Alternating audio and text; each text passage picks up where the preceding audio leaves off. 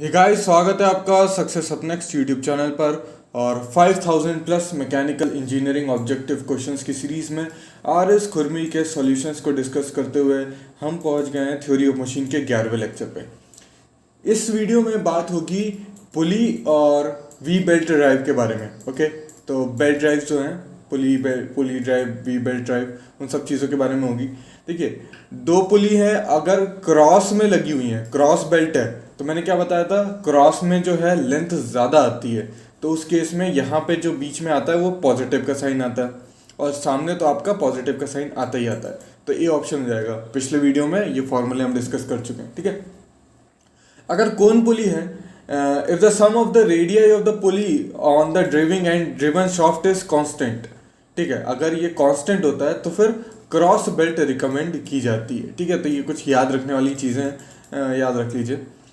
Due to slip, मैंने बताया था स्लिप की वजह से बेल्ट ड्राइव की जो वेलोसिटी रेशियो है वो आपका डिक्रीज कर जाता है। इसमें क्या लिखा है, इंक्रीज कर जाता है, तो ये तो गलत हो गया, नो, ठीक है। क्रीप इन अ बेल्ट क्या होता है, तो क्रीप इन अ बेल्ट क्या होता है, देखो कहीं पे एक साइड जो होती है वो स्लैक साइड होती है, और दूसरी साइड जो होती है वहां पे हमें दूसरे साइड जो होता है वहां पे हमें टेंशन ज्यादा देखने को मिलती है। तो ये जो अनइवन एक्सटेंशन और कॉन्ट्रैक्शन हो रहा है ना, उसकी वजह से क्रीप डेवलप होती है, ठीक है। जब टाइट साइड से स्लैक साइड में जाता है तो फिर जो जो स्ट्रेसेस का अनइवन नेचर है उसकी वजह से क्रीप डेवलप होती है, ठीक है। तो ये फिगर में दिया हुआ है। और पावर ट्रांसमिशन क्या होगा, तो पावर ट्रांसमिशन, ये जो T1 है, मान लो T1 जो है वो बड़ा है T2 से, तो T1 minus T2 into we, ठीक है। V क्या है, वेलोसिटी, ठीक है, वेलोसिटी हमको यहाँ पे लेनी है, ठीक है। Velocity of the belt in metre per second, ठीक है। रेशियो ऑफ द वेलोसिटी कैसे निकालेंगे, किसी की भी आपको ओमेगा और आर पता होना चाहिए, किसी एक का, तो ओमेगा आर से निकालना, ठीक है। Ratio of the driving tension in the flat belt, तो उसका फॉर्मूला क्या होता है, T1 बाई T2 ई की पावर म्यू थीटा। म्यू क्या है यहाँ पे, coefficient of the friction between belt and the pulley, and theta is the angle of contact in radiance में लेना है, ठीक है, रेडियंस में लेना है आपको। तो ये आपका फॉर्मूला हो जाता है। और फिर इसको अगर हम थोड़ा सा लॉग ले लेते हैं तो ये इस तरीके से बन जाता है, ठीक है। अगर बोल रहा है कि when the two pulley different diameter are connected by means of open drive, ठीक है, दो डिफरेंट डायमीटर की अगर कनेक्ट की गई हैं तो कॉन्टैक्ट एंगल जो थीटा लेना है ना वो स्मॉलर वाली पुली का लेना है, ठीक है। मान लो ये जैसे कि यहाँ पे आपको ये एक कॉन्टैक्ट एंगल मिलेगा, इसको मैं बोल देता हूँ θ1, और फिर एक कॉन्टैक्ट एंगल आपको इस तरीके से मिलेगा जो कि है θ2। तो कौन सा वाला लेंगे, स्मॉलर डायमीटर वाला लेंगे, ठीक है। Contact area must be taken, smaller pulley must be taken into consideration, तो हम छोटे वाले को लेंगे, ठीक। अब क्या होता है ना कि देखो, जब इस पुली के ऊपर ये घूम रही है तो इस वाले पॉइंट पर एक सेंट्रीफ्यूगल फोर्स भी तो लगेगा बाहर की तरफ, सेंट्रीपिटल अंदर की तरफ, तो ये इस पे एक बाहर की तरफ सेंट्रीफ्यूगल फोर्स लगता है, ठीक है। तो उस कारण में क्या होता है ना कि ये जो यहाँ पे अगर मैं इस बेल्ट का छोटा सा हिस्सा देखना चाहूँ, इसको एक काम करता हूँ, यहाँ बनाता हूँ मैं कहीं, ऐसे अगर ये एक पुली है और इस ये जब घूम रही है तेज़ी से, तो ये जो आगे वाली जो बेल्ट होती है ना, ये जो बेल्ट होती है ये बाहर की तरफ फिकाएगी, ठीक है। जब बाहर की तरफ फिकाएगी और ये इस तरीके से कर्व में इसके दो कंपोनेंट निकलते हैं, एक इस डायरेक्शन में होगा, एक इस डायरेक्शन में जो कंपोनेंट होगा, उसके कारण इस वाले पॉइंट पे ना टेंशन डेवलप होती है, सेंट्रीफ्यूगल टेंशन डेवलप होती है, TC। और जब स्लो स्पीड होगी तो ये बहुत ही कम होती है, less than 10 metre per second में तो कोई दिक्कत नहीं है, पर जब इससे ज़्यादा जाती है तो इसका इफेक्ट जो है वो कंसिडरेशन में आ जाता है। और TC का जो फॉर्मूला होता है वो ये mv² के बराबर होता है, ठीक है। mv², v जो है वो लीनियर वेलोसिटी होती है पर, और जो m है वो यहाँ पे मास नहीं है, मास पर यूनिट लेंथ है। तो ये मास जो है वो kg पर मीटर में, और ये metre per second into metre per second, ठीक है। वेलोसिटी का स्क्वायर है, 1 मीटर से ये मीटर गया तो हमारे पास kg metre per second square में आ जाता है क्या, टेंशन। टेंशन की यूनिट क्या होती है, न्यूटन, और 1 न्यूटन कितना होता है, kg metre per second square के बराबर होता है। तो सेंट्रीफ्यूगल टेंशन का इफेक्ट जो है वो पावर ट्रांसमिशन में नहीं आता, no effect on power transmission. और पावर ट्रांसमिशन जो मैक्सिमम कब होगी, तो जब मैक्सिमम होगी जब आपकी जो total tension in the tight slack है, यानी कि T1 जो है वो 3 टाइम्स होती है सेंट्रीफ्यूगल टेंशन के बराबर। तो ये 3 याद रखो, 3 का फैक्टर, ठीक है।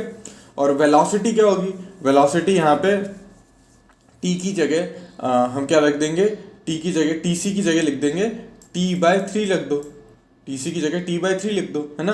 तो V की वैल्यू कितनी आ जाएगी, इस फॉर्मूले से T/3m आ जाती है, जहाँ पे T क्या है, T जो है वो आपकी टेंशन है इन द टाइट स्लैक, ठीक है, टाइट वाले उसमें है, ठीक है, टाइट साइड में, ठीक है। When the two pulleys of different connected by means, हमें स्मॉलर पुली के हिसाब से चलना पड़ेगा, ठीक है, स्मॉलर पुली के हिसाब से चलना पड़ेगा। और जो मैक्सिमम टेंशन होगी T मैक्स जो होगी वो ऑब्वियसली बड़ी होगी सेंट्रीफ्यूगल टेंशन से, ठीक है। तो 3 टाइम्स TC हो जाती है।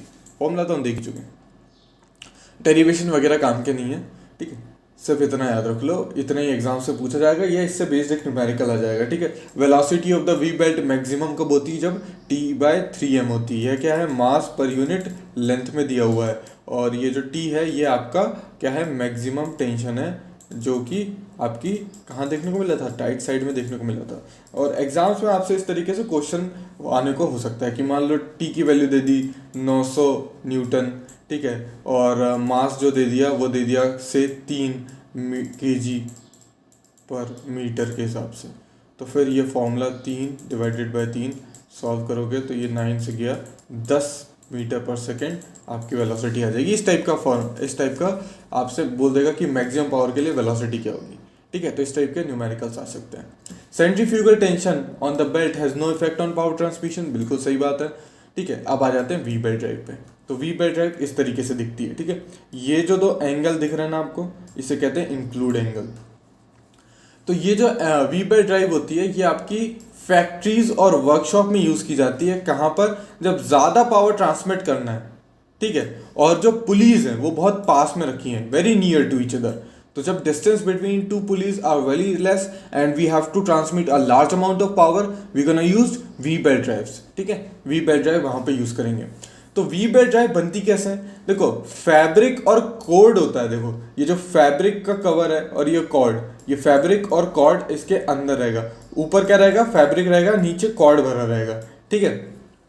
उसके नीचे वाले साइड पे आपको यहाँ पे रबर देखने को मिलेगा। और फिर ये जो है ये इसका कोर बनी, ठीक है, ये कोर बनी, और उसके ऊपर, कोर के ऊपर एक और लेयर आएगी फैब्रिक और रबर की कवर आएगी, ठीक है।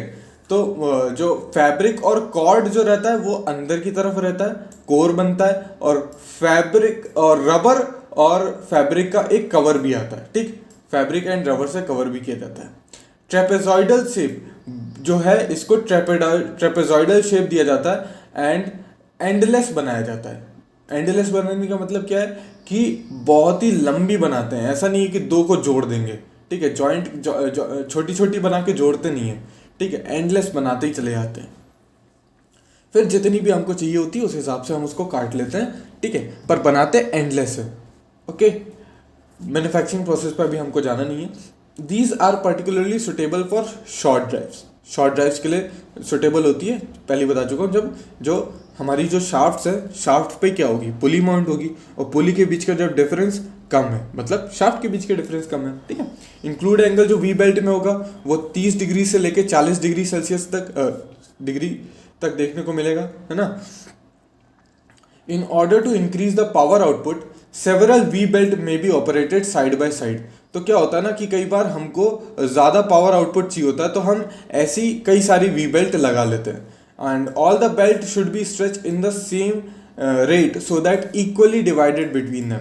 और सारी जो बेल्ट्स है ना उन पे एक बराबर जोर आना चाहिए। तब क्या होगा, एक बराबर जोर से क्या होगा सर, जब एक बराबर जोर आएगा ना तब क्या होता है ना कि जब इक्वल डिस्ट्रीब्यूशन होता है तो बेल्ट का फेलियर होने के चांसेस कम हो जाते हैं। सपोज एक के ऊपर बहुत ज़्यादा आ गया, बाकी के पास कम आ गया, तो क्या होता है ना कि पावर ट्रांसमिट एक तो टूटने के चांसेस भी बढ़ जाएंगे और दूसरा पावर ट्रांसमिट भी अच्छे से नहीं हो पाएगी। एक पुली के ऊपर ना आप खुद ही सोच सकते हो एक कपल जैसा लगना चालू हो जाएगा, और हम नहीं चाहते। उससे क्या होगा, शाफ्ट की बेंडिंग वगैरह हो जाती है, बहुत सारी चीज़ें होती हैं। तो कुल मिला के इतना याद रखो कि सेम रेट से इक्वल लोड आना चाहिए।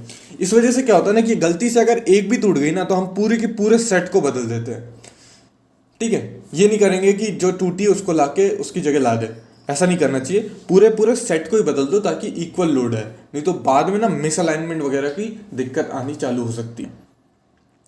ठीक है, तो ये फॉर्मूला है वी बेल्ट का, ये अपन देख चुके हैं, थोड़ा सा देखा था। इसमें बस थीटा की जगह कॉस बीटा लग जाता है, इधर कॉसेक बीटा आ जाएगा। ठीक है, जैसे मैंने पिवट वगैरह बियरिंग्स बताई थी ना, उसमें जब कोनिकल आपकी वो आ जाती थी तो कॉसेक वाला कॉसेक थीटा आ जाता था, यहाँ पे कॉसेक बीटा आ जाएगा। ठीक है, बीटा जो है वो सेमी एंगल ऑफ ग्रूव्स है। ठीक है, ये 2 बीटा था और इसका आधा लेना पड़ेगा, वहाँ पे भी ऐसे ही था, सेम केस था। ठीक है, और एक नोट यहाँ पे लिखा हुआ है, in a rope drive the ratio of driving tension is same as the V drive. तो ये एक नोट और याद रखो। वी बेल्ट का भी यूज़ की जाती है, शॉर्ट ड्राइव्स के लिए यूज़ की जाती है। अगर मल्टी वी बेल्ट है और एक बेल्ट ब्रोकन हो गई तो हमको सारी बेल्ट को बदलना पड़ेगा, all the belt should be replace. ठीक है, क्यों होता है ऐसा? क्योंकि जो है वो अगर ऐसा नहीं करेंगे तो फिर कुछ unstressed unworn belt will be more tight and stretch and will move with different velocities से मूव करेगी। ठीक है, इंक्लूड एंगल 30 से 40 डिग्री के बीच में रहता है। In order to have good grip we would search. हाँ देखो, इसमें एक बोल रहा है कि अगर हमें गुड ग्रिप चाहिए तो क्या ये ज़रूरी है कि वी बेल्ट जो है वो बॉटम ग्रूव को टच करे?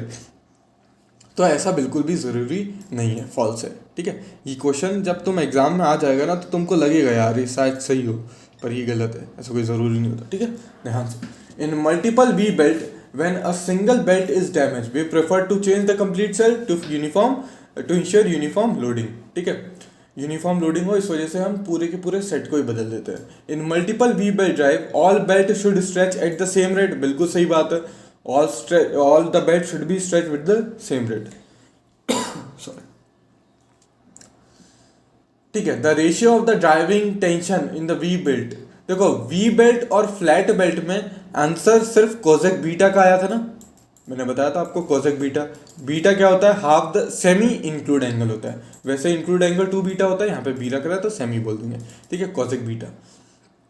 The ratio of the driving tension in the rope और वी बेल्ट एकदम सेम थी, ये भी देखा था हमने नोट में। क्रीप किस वजह से होता है? अनइवन एक्सटेंशन और कॉन्ट्रैक्शन की वजह से, जब जो बेल्ट है वो टाइट से आपकी स्लैक साइड में जाती है। सेंट्रीफ्यूगल टेंशन का कोई भी इफेक्ट नहीं आता पावर ट्रांसमिशन में, ये भी डिस्कस कर चुके हैं। और जब बेल्ट स्टेशनरी है तो फिर it is subjected to some initial tension.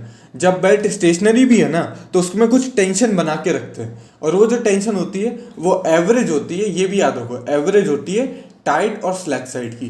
तो ये जो T1 था और ये T2 था, तो जो इनिशियल टेंशन होगी वो T1/T2/2 के बराबर होगी। ठीक है, चलो यहाँ पे मैं वीडियो खत्म कर रहा हूँ। वैसे मैं हर बार 20 क्वेश्चन इंक्लूड करता हूँ, पर इस बार मैंने 2 क्वेश्चन छोड़ दिए हैं। क्यों? अगला जो वीडियो होने वाला है ना दोस्तों, बहुत ही गजब का होने वाला है, क्योंकि वो अगला वीडियो होने वाला है गियर्स पे, और हम गियर्स को डिस्कस करेंगे, एक एक चीज़ बारीकी से डिस्कस करेंगे। उसकी पहले तो हम टर्मिनोलॉजी समझेंगे। ठीक है, addendum, dedendum, pitch circle, base circle और जितनी भी चीज़ें होती हैं, ठीक है, path of recess, path of contact, सारी चीज़ें हम डिस्कस करेंगे। फेस फ्लैंक से लेके एक एक माइन्यूट डिस्कस करेंगे, क्योंकि एग्जाम्स में ये सारी चीज़ें पूछी जाती हैं। उससे पहले हम ये डिस्कस करेंगे कि किस तरीके की जब शाफ्ट का अरेंजमेंट होता है तो कौन सा गियर यूज़ किया जाता है। पैरेलल शाफ्ट है, इंक्लाइन शाफ्ट हैं, ठीक है, non intersecting non parallel shafts हैं। इस टाइप से कोई भी शाफ्ट हो तो उसमें कौन सा गियर यूज़ करेंगे, ये जो क्वेश्चंस होते हैं ये बहुत ही ज़्यादा एग्जाम से पूछे जाते हैं। तो अगला जो वीडियो होने वाला है, धमाका होने वाला है। आने वाले आपके एग्ज़ाम्स जैसे NMDC, HAL, HPCL, या आप कोई भी इंजीनियरिंग सर्विसेज का भी इवन एग्ज़ाम अगर देने जा रहे हैं, ठीक है, या कोई भी मैं कह रहा हूँ एग्ज़ाम, थ्योरी ऑफ मशीन से गियर्स पे इस टाइप के क्वेश्चंस बहुत ही ज़्यादा पूछे जाते हैं। तो अगला वाला वीडियो तो ज़रूर से देखिएगा। ठीक है, चलिए मिलते हैं नेक्स्ट वीडियो में। Thanks for watching and as always have a nice day.